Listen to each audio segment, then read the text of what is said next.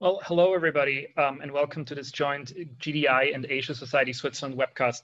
I hope you are all doing well from wherever you are dialing in today. My name is Nico Lofsinger, and I'm the co-executive director of Asia Society Switzerland, coming to you from Zurich today. So a few words about Asia Society as we start. We have only been active in Switzerland for about 5 years, but globally we have a long and rich history.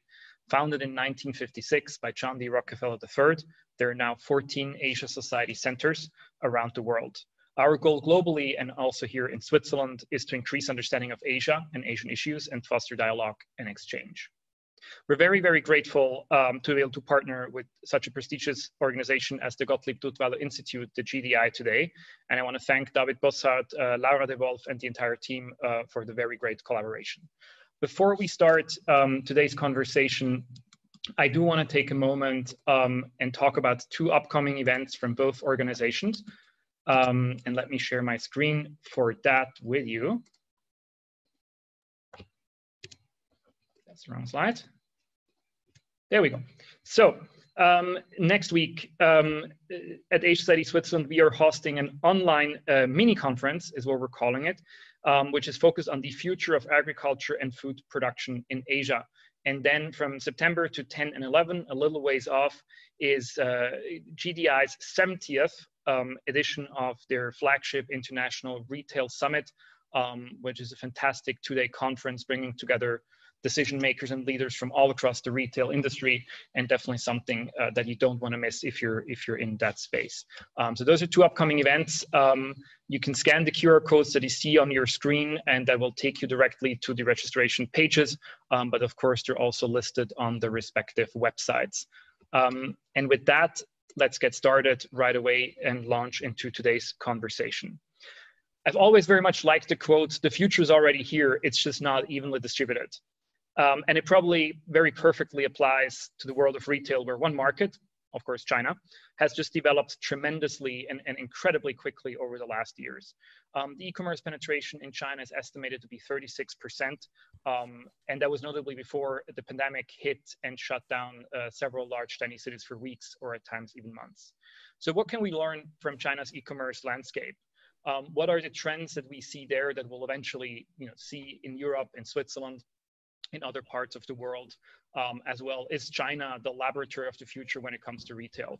I could not think of 2 better people to discuss this with than our guest today, Duncan Clark and David Bossart. Duncan is the chairman of BDA China, a company he founded all the way back in 1994. BDA is advising clients on the consumption and technology markets in China and other Asian countries. Duncan is also the author of The House That Jack Ma Built, a really wonderful and excellent book on the history of Alibaba and its founder, Jack Ma, which if you haven't read, you totally should. It's very insightful, gives a lot of context on that fascinating person and company.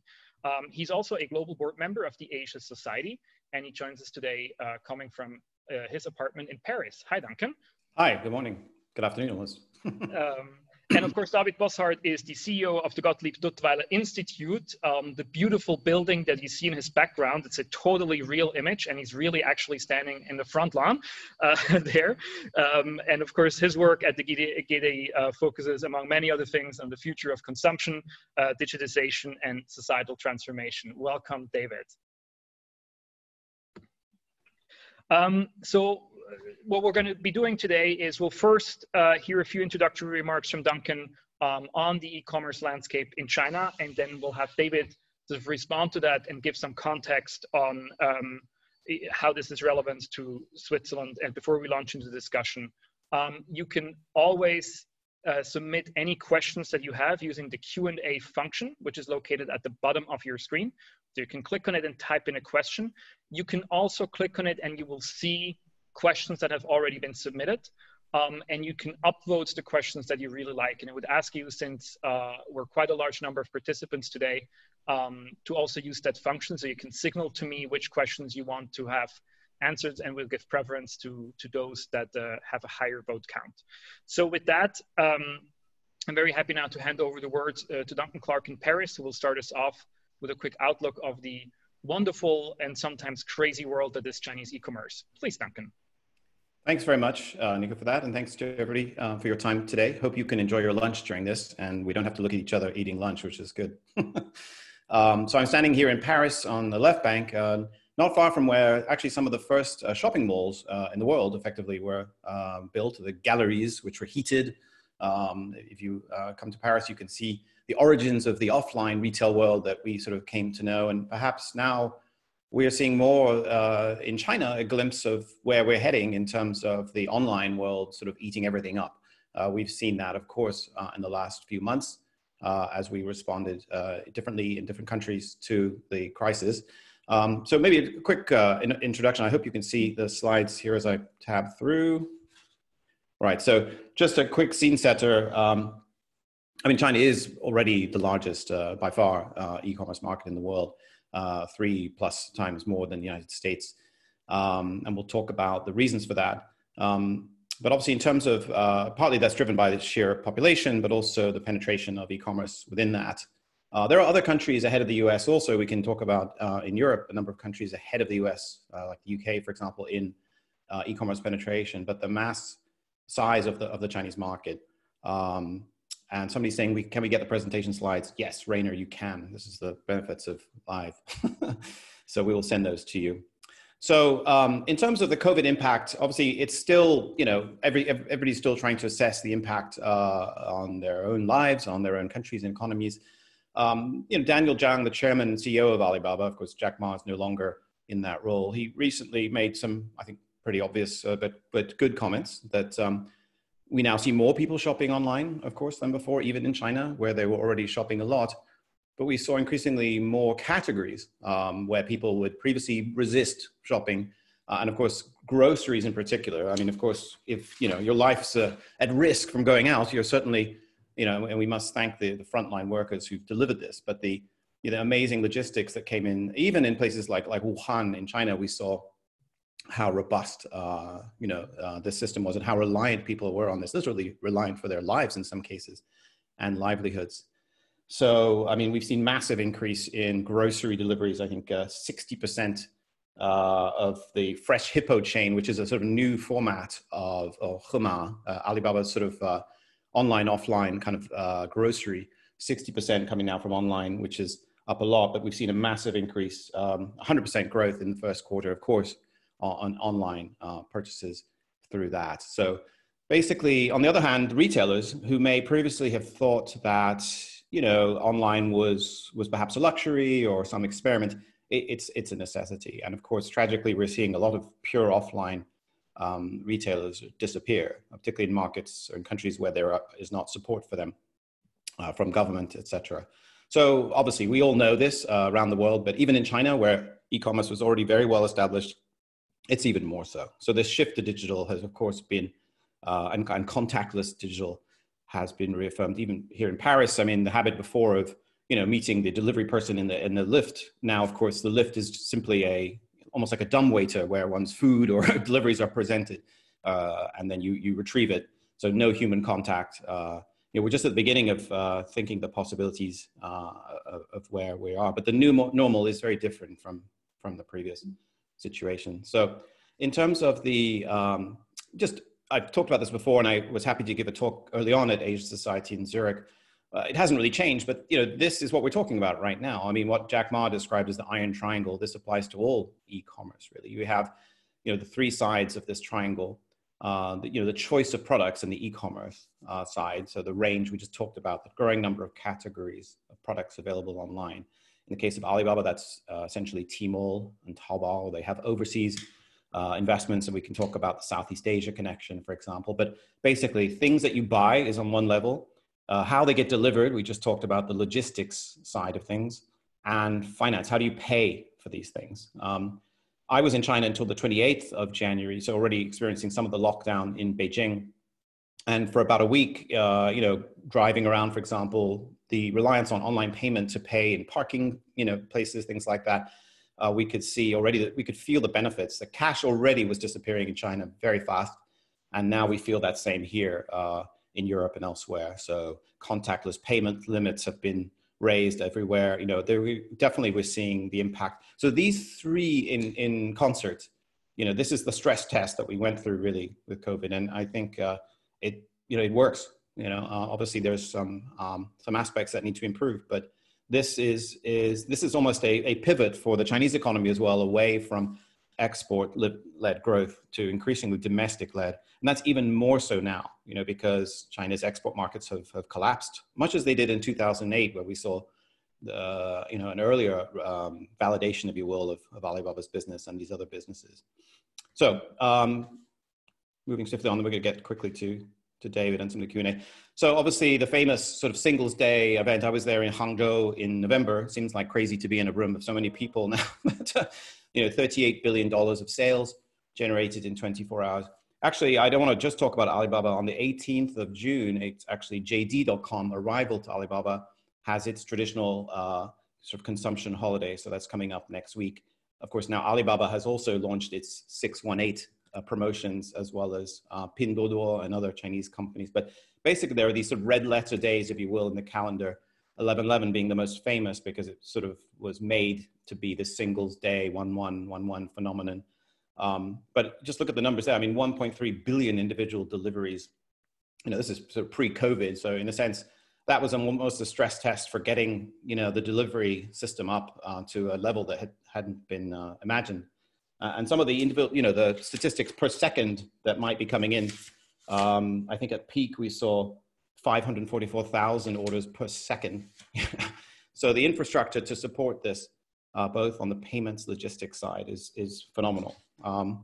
If we go to, what does this mean for example, Swiss companies and Western companies? There was a big push at this last 11/11 to promote this sort of global shopping mall, if you will. So these cones that you can see here, if we click on the video, we'll see a little bit. These were, sources of items that were being sold into China. And you can see on the top, on the left, that Japan actually was the #1 source of goods then. We see Germany represented in the top 5 there. 买的力量，刚刚结束的金博会中，整个阿里巴巴集团兑现了去年整个进口目标的123%。今天中。 So you can just feel the energy of that. I mean, the video shows in some places where all these products are going basically as well. So we go back here, we can see obviously China is markets. It's not one market. And look at this, the white element on the right hand side, the coastal and sort of more prosperous area is 90% of the market, really, if not more. So getting from wherever in the world, we see other cones here in Southeast Asia and Japan, I mentioned, New Zealand. This is this has been the logic for engagement with China. Of course, that's been increasingly questioned by some, but the reality is this emerging consumer base online wanting to buy better products. And of course, there is an economic impact in China of COVID. We'd already talked about a slowing economy in China before that.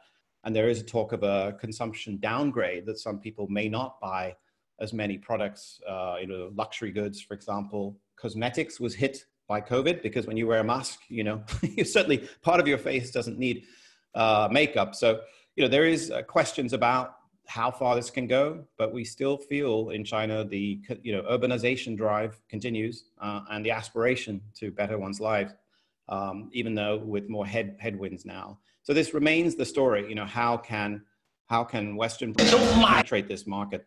So Alibaba is not the only one here. Of course, I mentioned JD.com, Jingdong, which is a sort of its traditional bitter rival, if you will, for Alibaba. And we can talk about the benefits and cons of each of these companies, but it's known very much for higher tier cities. So in China, we talk about tier 1, 2, 3, 4, and rural basically.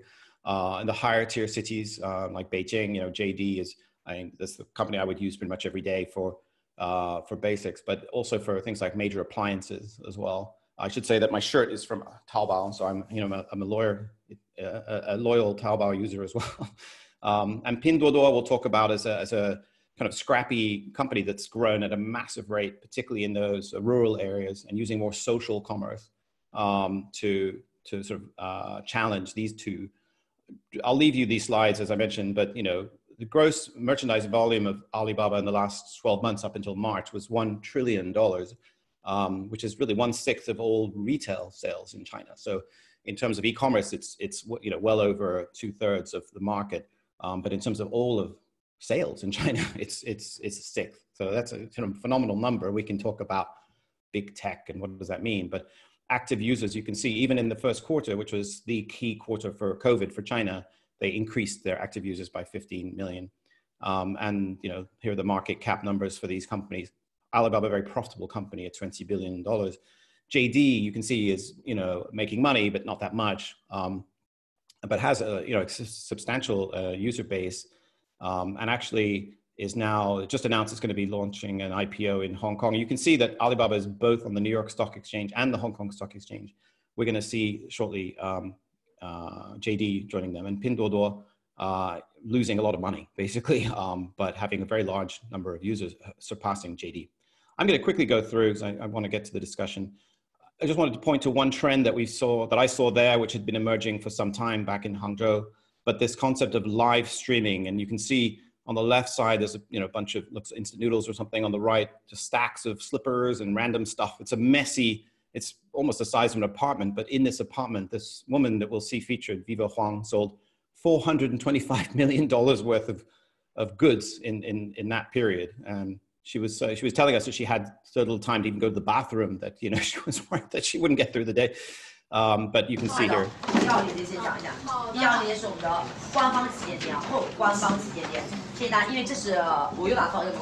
So it's basically, you know, it's scrappy, you can see, but, you know, holding up much as you would in the street market in Zurich on a Sunday, whatever. It's bringing that into people's living rooms.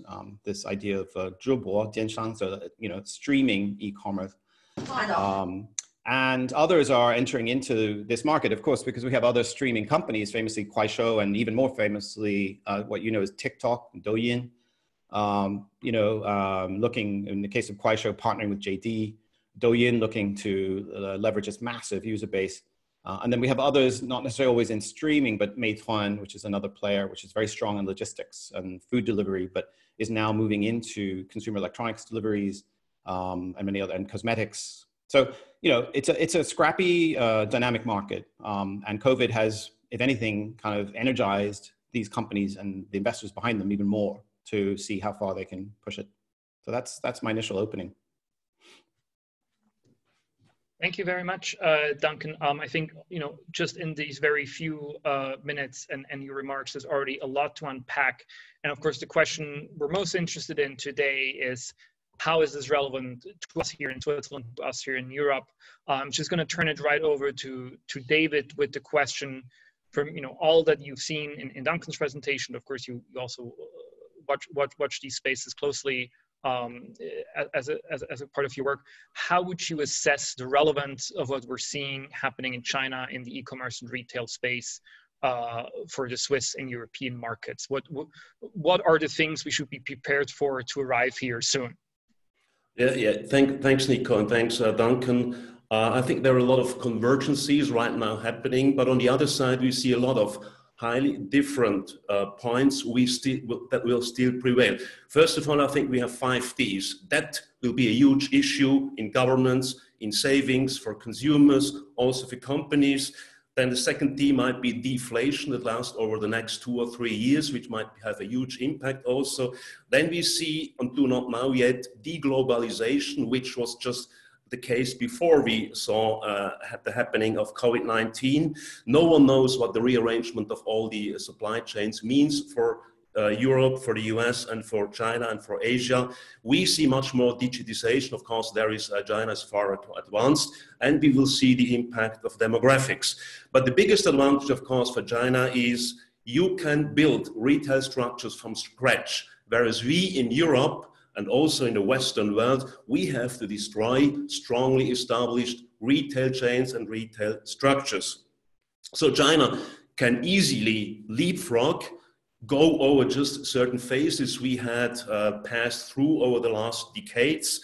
And I think the big difference is we have a strong, wealthy middle class that is already 50 plus. Whereas in China, you have a strong, very young middle class that can at least for the next 1 or 2 decades spend a lot of money. This is a huge difference what we see in Europe. But basically it is about e-commerce platforms that are going to dominate more and more, the big ones that can scale, can reap out the network effects. The second one is about the search results you can reap out.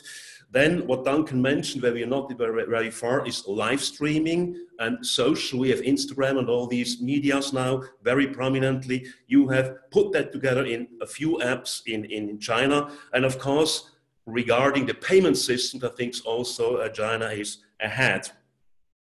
When we look at Europe, when you look at the United States, we see that when we look to non-food, we suppose that over the next 5 or 6 years, the non-food that goes online on e-commerce will be 50-50 to what is being sold in stores.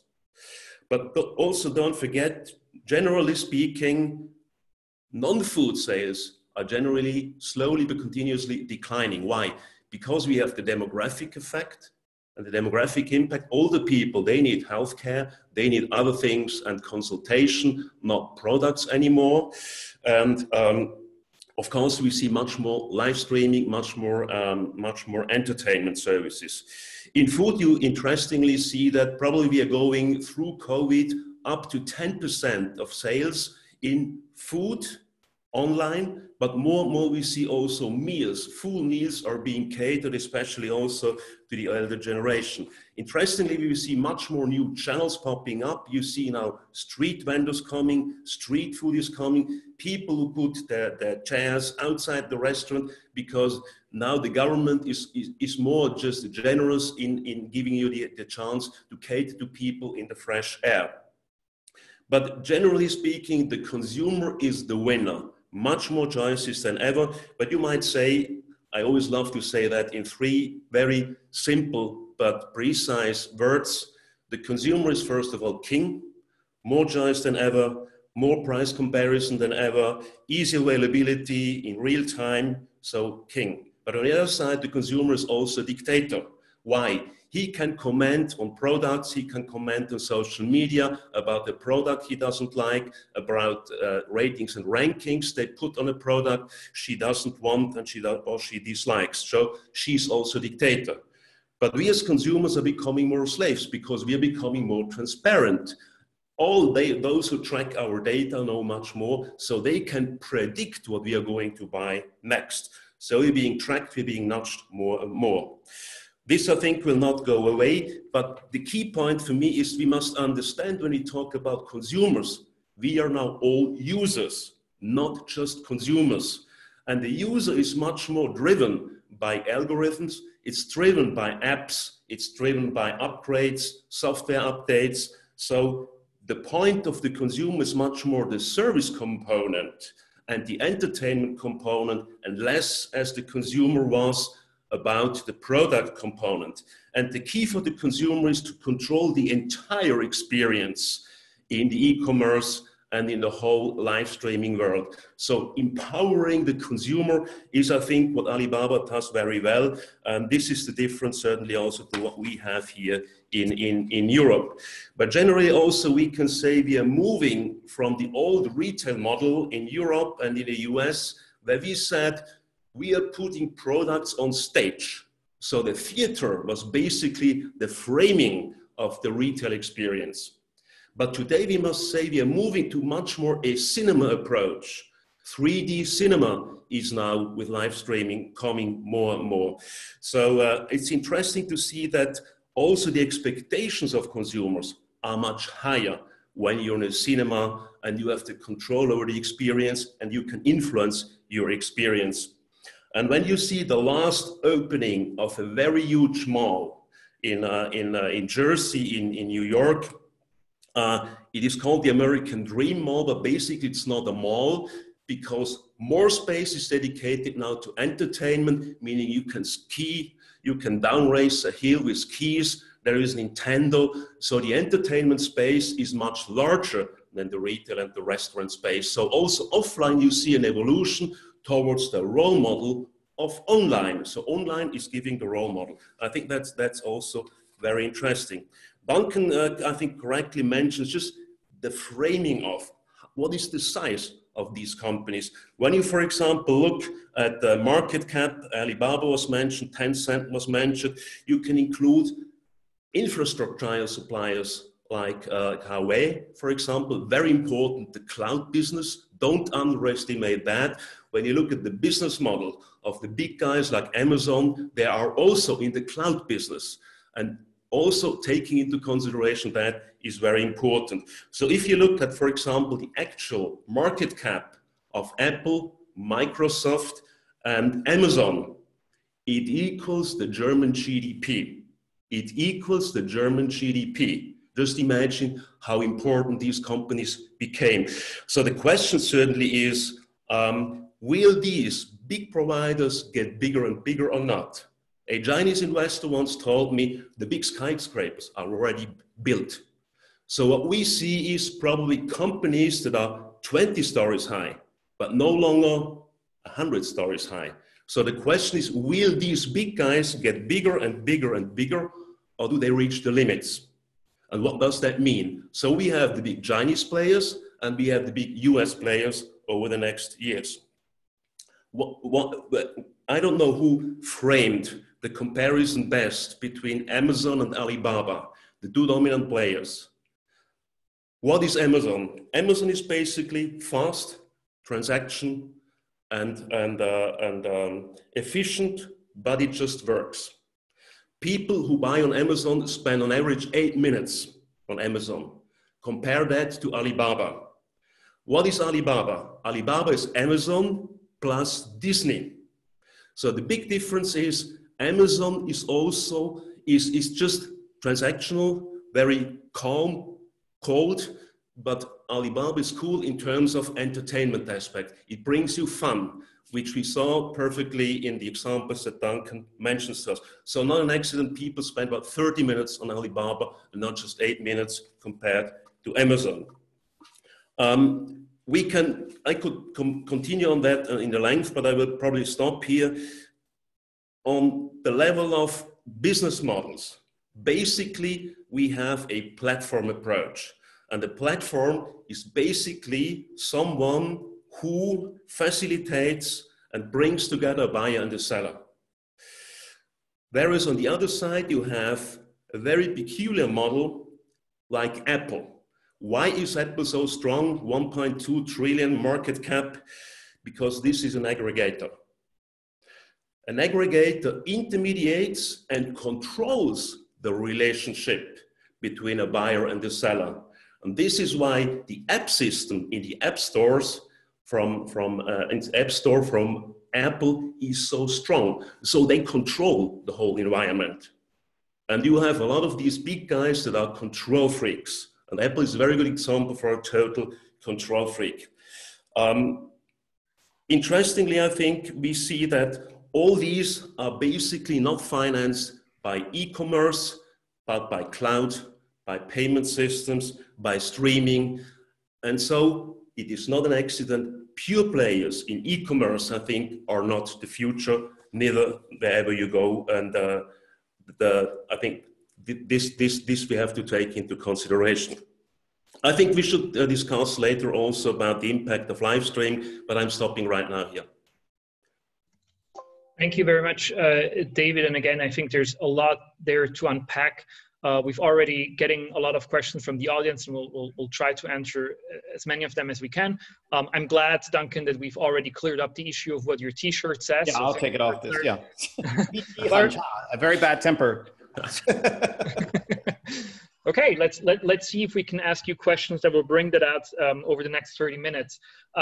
So I wanted to, before we turn to audience questions, come back to a few things that both of you have said. And Duncan, I do love this, analogy of the iron triangle. I think that demonstrates very clearly that getting all these products online and ready to be ordered is just one small part, and there's much more. You mentioned this incredibly mind-blowing number of 1.3 billion deliveries. I'm assuming that's just Alibaba. Just in within a single state. So this is just for reference. There's 1.4 billion inhabitants in China, so there's almost one delivery per person, which I just kind of struggle to comprehend how that's even possible. So on that note, and specifically with logistics, I have this image in my head of sort of e-commerce delivery, food delivery, service deliveries in China being done by this army of fairly underpaid people on their bikes or on their rollers, and they cruise through the cities to deliver coffee and whatnot. To which extent is sort of to which extent is the possibility in China of doing all that delivery predicated on there being a lot of cheap labor available, which is something that we might expect to change as China becomes more wealthy. So is that an important factor, and do you think that will change at a certain point and will make delivery actually harder? No, that's an excellent question.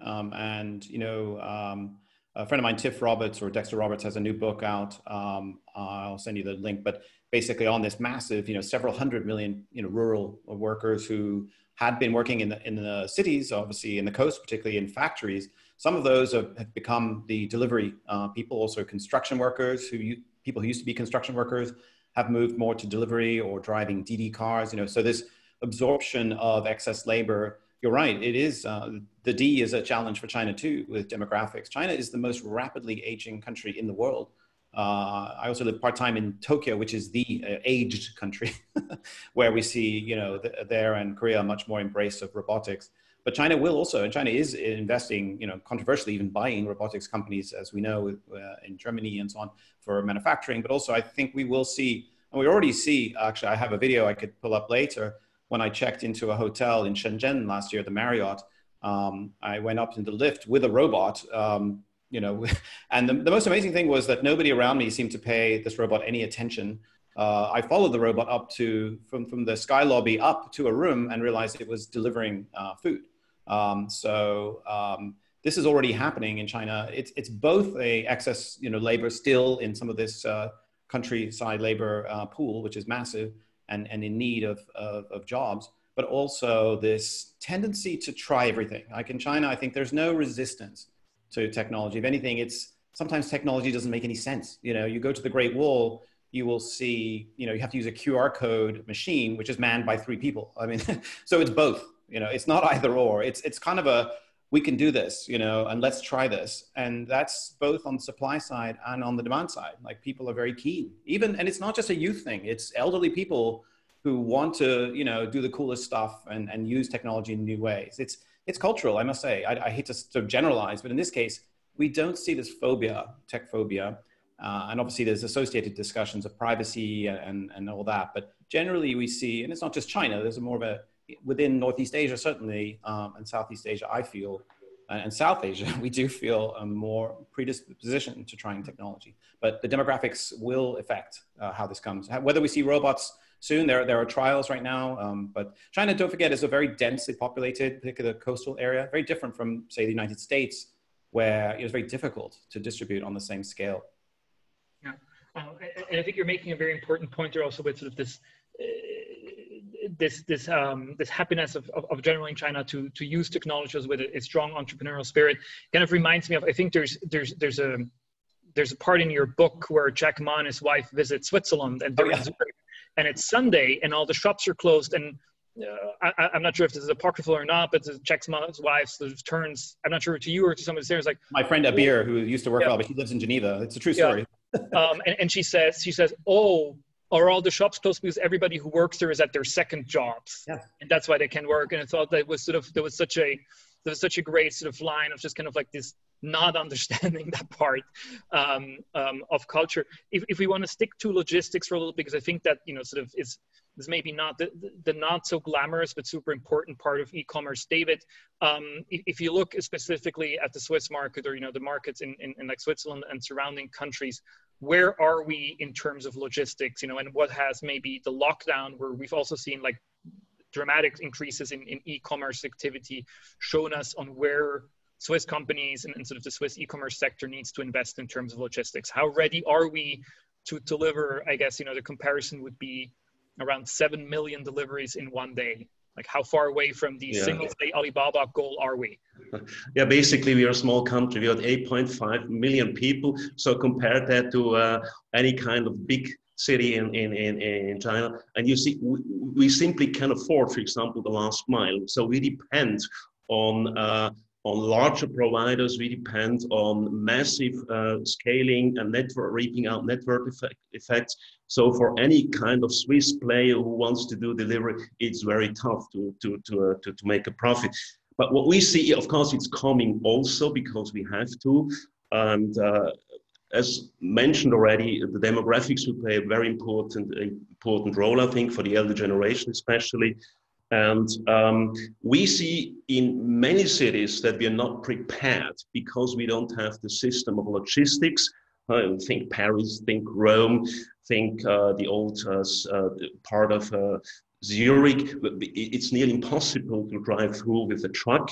But you also, when you have the role model of New York, it completely changed. New York with much more deliveries, 1.1 million package delivery a day, 35.7 million additional trucks entering New York, and about over 500,000 fines for trucks that block the roads. So they gave an additional $27 million for the police, the income, which is probably the better side of all this. But we are not prepared.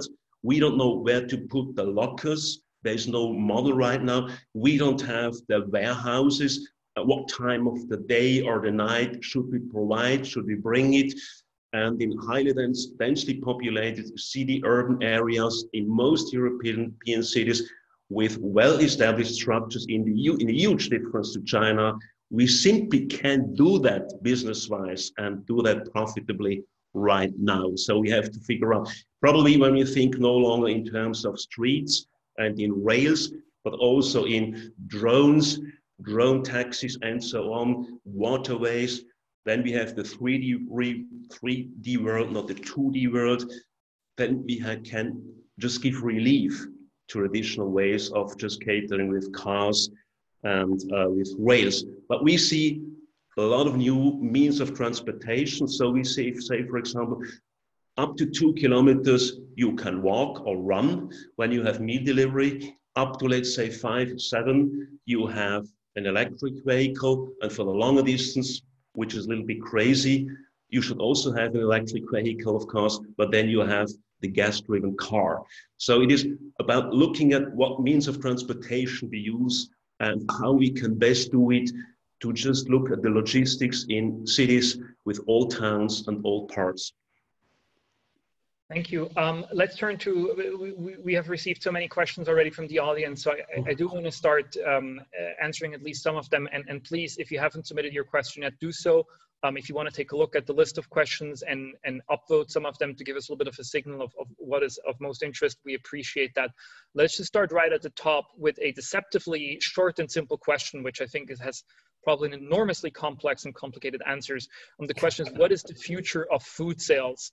And maybe we can turn to Duncan first and then have David comment on it. So Duncan, if we look at the Chinese market, what are some of the trends that you're seeing specifically in delivering food, delivering groceries?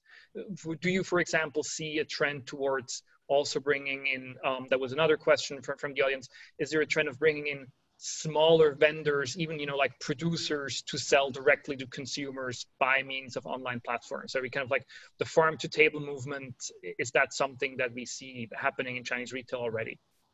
Yeah, no, I mean, China, you know, young, urban, sophisticated Chinese consumers are increasingly demanding better foods, particularly things also like, you know, baby formula, of course, of their parents, but also for themselves. There is a growing, you know, just look at the number of gyms in China now versus 5-10 years ago. And that'll even, well, they're closed right now probably, but the health and fitness sort of revolution is sweeping China too, obviously, you know, getting off tobacco, but also eating healthier. But we also see that a lot of young people don't know how to cook because it is, you know, if you go on to some of the Chinese apps like Ele.me, which is the Alibaba one, or we talked about Meituan, Dianping, I mean, the range of products available from every province of China, every, you know, country, and within, you know, stunningly within, you know, 10 minutes, even your, you know, if you wanted to have your KFC or your McDonald's, you can have it sometimes within 6 minutes or something. It's almost like they're cooking it outside your house. We don't know how they do it. So it is this just-in-time, instant delivery culture, which, by the way, has had impacts on environmental aspects, a lot of packaging, and these companies are trying to mitigate that now, but it is a concern. But yeah, so I think for food already, both the prepared meals, meal kits to some degree, I think has been a bit more recent, but also I mentioned this Fresh Hippo supermarket, the Hema, which Alibaba pioneered. So basically, it's almost like a distribution center that serves, I think it's a 2-kilometer radius of that place. You can go there and buy your products in the normal way. You can also pick up fresh, shrimps and lobster, which is a kind of a loss leader for them. But it gets people in that sort of that mindset of being a traditional market. But you can just as easily have the stuff delivered from there, or buy it there and have it delivered for you. Even we're going back to the 19th century in some ways. They have these sort of risers in the shop, where if you wanted at a certain point, you could just hang your shopping bag. And I have a Migros one here as an example. There's no promotion here, but you could hang this, it would go up, and then it would be distributed for you. So you would literally see it like much as the old days of pneumatic tubes, and these kind of trains above you sort of stuff feeling. You see that in these. So this is the mix, and this is the category that initially people were questioning, say, well, what's the point? But the point is putting these centers strategically in urban areas, you start to really dominate, because you know that within 30 minutes, this is the key, you can have the product that you want, fresh milk as well, frozen goods. So this is the O2O, the online to offline, offline to online blurring that is happening. And so China's been very much pioneering that. And don't forget, long before Amazon bought Whole Foods, this was already the trend in China. So China, again, is sort of setting trends in this area. And David, maybe if you can just compare this to the situation here in Switzerland. It seems that e-commerce for groceries, fresh food has long been a little bit of a challenge because people are reluctant to do it. Briefly, do you see that changing either as a result, like a very direct result of the pandemic and the lockdown, and where people just felt it was more convenient, or of course other trends? Are we moving more into the direction of where China and some other countries are going, or is Switzerland still not convinced that our food should be delivered? Well, we clearly saw, Nico, over the COVID phase that more people are going now online for the first time. And when you see it's convenient, it's easy, it's like with self-scanning in the store. First you think, oh no, what the hell, that's nothing for me. But when you start to use it and you understand the convenience factor, then you get ready to do it over and over again. And if it works, it becomes a regular behavior. But I think overall in Europe and also in Switzerland, it clearly over the next 5 to 7 years, it's alternative proteins, especially for the younger urban generation. It is less meat, of course, generally speaking, very important because we have to take care of climate change, we have to take care of CO2 emission, we have to take care of energy use, we have to take care of water use, we have to take care of what is the space we need. But we see also, interestingly, that there is a romance factor coming back, meaning that urban places that are the most advanced all over Europe, they're becoming greener and greener and greener. I think you're going to see the same all over Asia. You see it already in Singapore, you see it in Japan, in the big cities. I think the same is coming more also in China, reintegrating the best from the rural area into the city, the core of the city, meaning also on the high-tech side, you're going to see professionally managed urban farming, vertical farming, hydroponic products that can be now profitably done because you have the resources and you use less space. We had last week a webinar about the future of food, and we discussed that, and one of the results was that up to 10% of food provision, basically it is green leaves, it is salads, easy products that don't use a lot of energy and water, can basically be sold in the city now. But on the other side, you have the romance part, not only the high-tech part. When you see how many people here in Europe, take Berlin, take also Switzerland, are applying for an allotment, their private garden, because you live in the city, you have only a small balcony, but you want an allotment where you grow your vegetable, also flowers, but mainly vegetables right now. It makes you reconnect.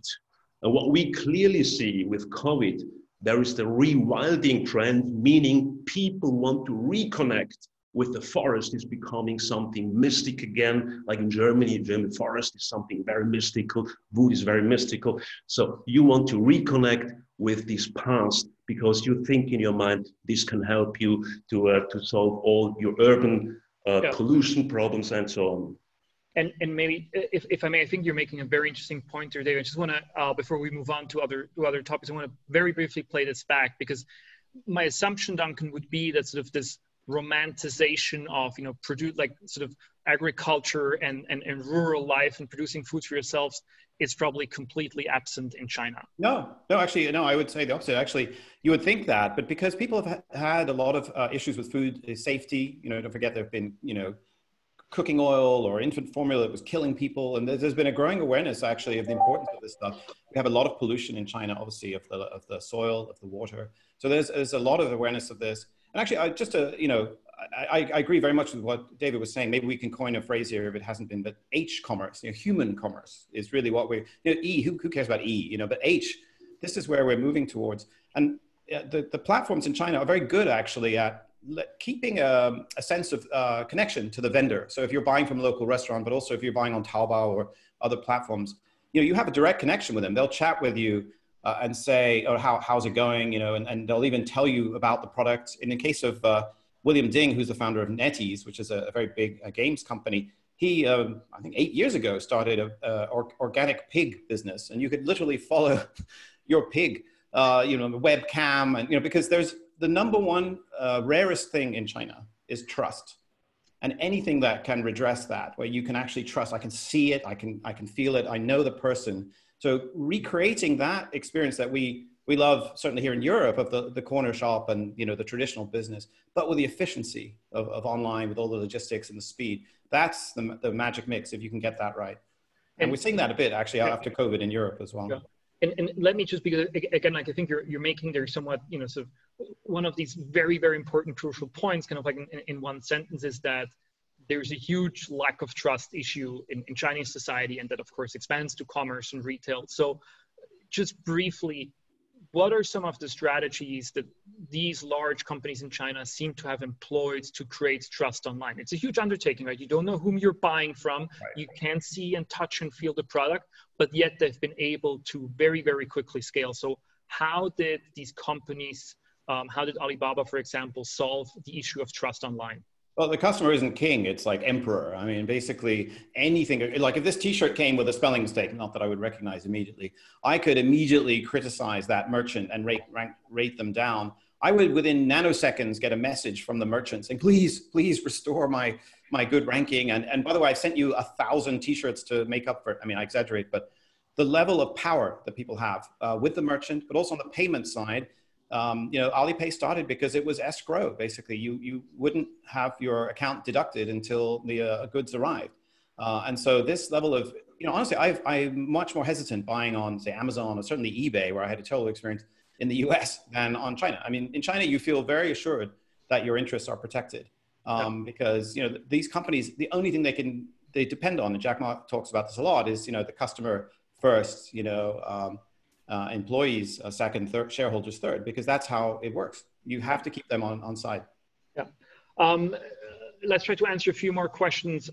Time is already getting short, but we'll try to get to as many as we can. So there's a question here sort of asking about different approaches between Alibaba, who uses a more sort of integrated approach to online to offline and across all its properties, and then Tencent, which is more sort of alliance focused, leverages obviously WeChat, the WeChat platform that it owns sort of as a storefront. Briefly, where do you see advantages and disadvantages of these two respective strategies? Or would you even agree with sort of the notion of these being two distinct strategies? Yeah, Tencent's a very different company from Alibaba. Don't forget, its cash cow is gaming. Every day, it's the largest gaming company in the world. And, you know, you may not be the demographic that plays it, but it's just a cash cow. I mean, it's minting billions in every month. And so a lot of that money can help support WeChat being an ad-free or very ad-light platform. So WeChat is the social, mobile social application that is not just messaging, it's everything. It's you know, community, it's payments. But so they're able to then partner with companies in which they invest, like JD or Kuaishou. So Tencent is more of a sort of a stand-back federal approach, whereas Alibaba is integrated, heavily involved. But both are valid, as we've seen. I mean, they're both very large companies amongst the world's largest internet companies. Very different culture. Tencent is very much an engineering-led culture, and Alibaba is very much, it's a sales company, you know, from Zhejiang province, the home of entrepreneurs, really. So both valid in their own rights, and they sometimes co-invest, they compete. It's a fascinating competition. And now we see the arrival, I mentioned, of ByteDance with TikTok and others coming up. It's a pretty dynamic market, even though they're very large companies. Yeah. There's a question here, which I'm not quite sure actually what to make of it, but Duncan, you marked that you would like to answer it, so I'm going to ask it because it asks about whether the Swiss Post has partnered with Chinese sellers to improve delivery and simplify the last mile. So this is because, of course, also these Chinese marketplaces aren't selling just in China; they're selling globally, including more and more to Switzerland. Are there any insights, Duncan or David, in terms of maybe we can also expand this beyond Switzerland? You know, so do we see integration with these and collaboration of like Western, Swiss, European players with these companies at all? Yeah, from my side, I think definitely we will see more cooperation, but we're very cautious because until now, Alibaba was, in comparison to Amazon, not so successful, but it might take time. When you look at the delivery options you have, and you look at the delivery systems, they were privileged until now with the taxis, so this might fall out at a certain moment of time. But in order to do more globalization, I think we will certainly opt for more choices. But right now, I don't know over the next 2 years where deglobalization is going. And as you also correctly mentioned, what is the trust factor? Where is that going? Because we see clearly here in Europe and in Switzerland, Europe is basically squeezed between the giants from China and the giants from the US. So what way should we go? So we try to be pragmatic and figure out what does not harm us, what helps us to do better cooperation. I would agree. I think there's two things we're talking about here. It's goods from the West going into China and platforms like Tmall or JD Mall, like buying from the companies in the West, luxury and other products and logistics around that. The other is the other way around. So that's consumers outside China buying from China. And even in markets like Switzerland and France and Spain, you know, frankly, it's the bald white guys are not really the target. It's going to be, you know, often it's immigrants who would embrace actually and do embrace companies like AliExpress, which is wherever Amazon is weak or is not, you know, or it's too overpriced, AliExpress is doing very well. I think the FT or Wall Street Journal had a recent very good story about this. And we've seen a benefit, a boost during COVID. Obviously, we saw the questionable practices about selling masks and other stuff. But people, I'll give you one example. When I was installing a TV here in this apartment in Paris, the guy installing the cable said, "Oh, I know Alibaba. I use AliExpress all the time. In fact, I have a 6-month-old baby and I've been buying baby clothes." And he said, what was interesting is when I ordered, they said, you know, it might take 6 weeks, 8 weeks for us to get it to you. So we're going to give you a size up from the one that you think. But he was happy that it was half the price, you know, so it isn't frankly the, you know, the established consumers. It's increasingly the immigrants, and it's very strong in markets like Russia, Ukraine, Brazil, you know, where the more price sensitivity or Amazon is just not so present. So don't underestimate the power. And this is happening in Southeast Asia with Lazada, which is Alibaba's invested company, but also others. The China, Southeast Asia, China South, let's say, relationship is really giving a challenge to companies like Amazon, who, by the way, Amazon benefits greatly from Chinese vendors selling into the US, sometimes even selling more dodgy stuff than Alibaba's selling. So it's an interesting dynamic. Yeah. Let's briefly also, there are a lot of questions sort of to go in this direction. I'll try to kind of like put them all into one. So it seems that one big advantage by and large of Chinese companies is really that through their much more integrated way of working, whether that's horizontal integration or vertical integration, they just have access to a lot more data. So they're able to, they know their customers probably a lot better than, you know, a company here in Switzerland would, where there's a separate payment provider and there's a separate sort of logistical company. So you have all that data. How big, Duncan, of an advantage is this? Are we overestimating this, or is this really something that gives these companies an edge that like Swiss companies would only be able to replicate if they also were able to get their hands on all this data?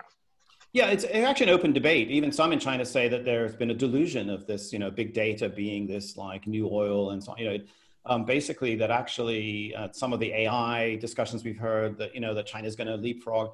Actually, if it's not properly structured data or if it's used in the wrong way, it can be equally a mess, So, but I think what we do have is these tech companies are so integrated in different areas, as we see with Tencent and Alibaba, particularly payments, logistics, content, as we heard, Disney. So they do have a lot more data at their hands, and they are able to use that, but they have to be careful also not to be creepy, as we know, we've all had the experience when we've had a conversation with somebody and suddenly, Facebook or Google is pushing us to something that we just talked about. I mean, I think there's a limit to how much you can push this, but certainly the number of data scientists and, and PhDs in this area, obviously in China, is servicing both Chinese companies and Silicon Valley companies. So China definitely believes in getting the data and how it's going to be used. This is the big question for our future, really, is which system will prevail, both on a democratic level, but on an economic level. Is there that massive dividend that supposedly is there for this? We'll see. Yeah. All right, thank you. We have about 5 minutes left here, so I do want to ask sort of a final, very broad question, which has also been submitted to us by somebody from the audience. Thank you for that. I'm going to ask both of you to take a quick turn and give us a short answer. Because I think that will provide, make for a really, really good end to this discussion. So the question very broadly is, what can Swiss e-commerce businesses, and maybe we can expand that to businesses whose e-commerce aspirations are maybe bigger than their businesses so far, what are the most important things they can learn from the big players, whether they are Chinese, Alibaba, JD, Meituan, Pinduoduo, but also Amazon. So, if you had to boil it down to 3-4 points at most, David, what would be your takeaways? And we'll have David go first and then Duncan. What would be the takeaways that you would recommend? What can we learn? And perhaps what are things that we shouldn't learn? What are things that you would actually recommend not adapting? Well, for me, it's clear. First of all, we are much slower moving ahead due to all the restraints we have from the past. Is it good or is it bad? It is as it is. But clearly, we will never ever be, with our framing of data, the same challenge, that we never have the same chances like you have in China. Their privacy is different, their access to data is very different, and where the culture also is very different. Take that into consideration. This is the first point. But because data should have a value, data should be ingrained into asset classes. And as long as we cannot say my health data have this or that value, and as long as we cannot say my food purchases in terms of data have this or that value, the big guys will always win who do the analytics, always, for sure. The second point for that is we need trust in partnership. I think transactional alone will not be enough. It might be enough when you just buy a little bit, but for partners, I think it's important that you can build trust, share really your insights, share your data with the suppliers, with your partners, and create reliable and long-lasting relationships. So I think the European approach is much more also about relationship and not just transaction. All right, Duncan. Yeah, very briefly, You've spent so much time in Paris now. What you have the comparison? What should European e-commerce businesses learn from the Chinese ones? Well, some of it is like we're all discovering the same things at the same time. For example, the Rungis, which is the big, delivery warehouses outside China food, now are directly engaging with consumers because of COVID, and they're discovering new businesses that previously they just thought of themselves as a wholesaler. So we're seeing the cutting out the middleman. I mean, that's the number one thing to learn from China is how to cut out the middleman and be the next middleman. Because, there is this, I would just say one thing is that ignorance of China is not advisable. You may not like it. You may find it confusing, but actually you may find some very interesting lessons from there that, by the way, American companies are looking increasingly at. I mean, Facebook is now looking at, commerce, like finally, are they going to do a good job? Who knows? But they're consciously following the Chinese example. So for European entrepreneurs and European consumers, we should be aware of what's happening in China. Even if you're a company trying to do stuff and you find dodgy, vendors in China, recommend them to your competitors. They'll tie them up for years. So there's everything in China. There's dodgy, there's brilliant, there's innovative, there's copy. We just cannot be lazy about looking at China. And there are major political challenges and all this. But at the same time, there's big opportunity. I mean, all this capital that used to be going between China and the US, you know, what's happening to that? How much can Europe benefit from that? I mean, think about these examples of ways to be smart about dealing with China. Don't be naive, but, you know, don't be ignorant. And I think you just wonderfully basically, you know, summarized the mission statement of Asia Society there when you said, you know, we may not like what's happening in China or rest of Asia. We may not understand what's happening in China or the rest of Asia, but we still have to care. So I think that's a great place to end this conversation. David Bossart, Duncan Clark, thank you both so much for being part of this. This was tremendously insightful. Thank you everybody for having joined us today. I do apologize that we did not get to all of your questions. There were just too many, but there are many great places. We can follow up offline. Maybe we'll do a summary. We'll do a summary. We can do a summary. We'll share Duncan's slides as well. There will be a video recording of this conversation also available both from Asia Society and GDI. If you are interested in further events from both organizations, you will receive an email afterwards with more information and the possibility, if you haven't yet, to sign up to our respective newsletters so you can stay informed about anything we do. So thank you again very, very much. And for those of you who have signed up for the executive roundtable, I'll see you over there for some more in-depth discussion. Everybody else, thank you very much for having joined us for this lunch conversation. And I do hope to see you all very soon. And with that, goodbye and thanks again. 谢谢，再见。Thank you. Bye. 谢谢。